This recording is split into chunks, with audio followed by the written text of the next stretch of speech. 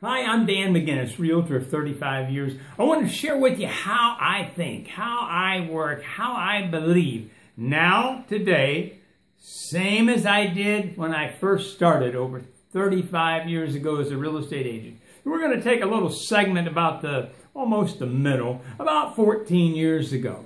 On a Thursday afternoon, I wrote an offer for a buyer, and I said I'd like to present the offer, and the agent said, well, I can't find the seller. I'm thinking, what do you mean you can't find the seller? I mean, you need to be in communications. You be able, when you're working with a buyer or seller, you need to know how to get a hold of them anytime, all the time. So she said, you can't present the offer right now. Now, you see, realtors quit presenting offers about 1990. They just email or fax them. It's sort of like, roll the dice and we'll see what happens. I don't believe in that. I don't think that's right. I don't think that's fair to your buyer. I want to be there and present my offer. So the next day she said, no, I can't find her. The next day, no.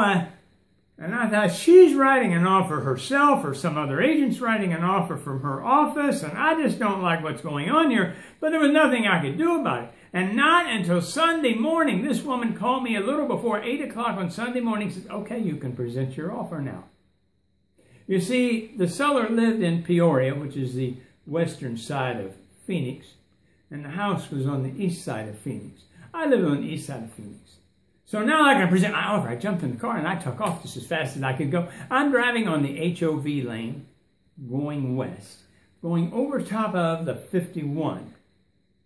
And I looked down at the speedometer and I was going 100 miles an hour. Can you believe that? I just couldn't believe that. I said, we got to slow down, Dan. Slow down. I know there's no kids out. I know it's Sunday morning. Nobody's out here, but slow down. So as I get to the different intersections, I would slow down like I was driving a fire truck or a police car. You know what I mean? How they're coming in with a red light and siren, but when they get to an intersection, they slow down because they want to make sure they don't hit someone.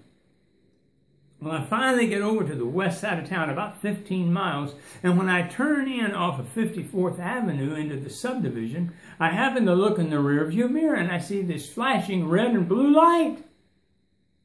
Wow, the police are coming to watch me present an offer, I'm thinking. And I thought, no, that's not the case, but I don't know what's wrong with the guy. Anyway, besides that, I'm just going to turn the corner because I'm getting real close to where I'm going to be, and I got to get over there. And then I got down to the next corner, and I thought, maybe I better stop. I don't want them to think I'm running from them, At least I'm in sight of where the house is, so maybe the seller and the other agent will see me, like, oh, there he is down there. And I look over here on my right, there's 3 other police cars.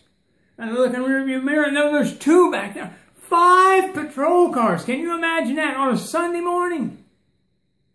And I hear, get out of the car, put your hands on top of the car. Oh my gosh, what the heck's going on here? Anyway, so I get out and I put my hands on top of the car, and then they say, get over here, and I go, well, yes, sir, whatever you want.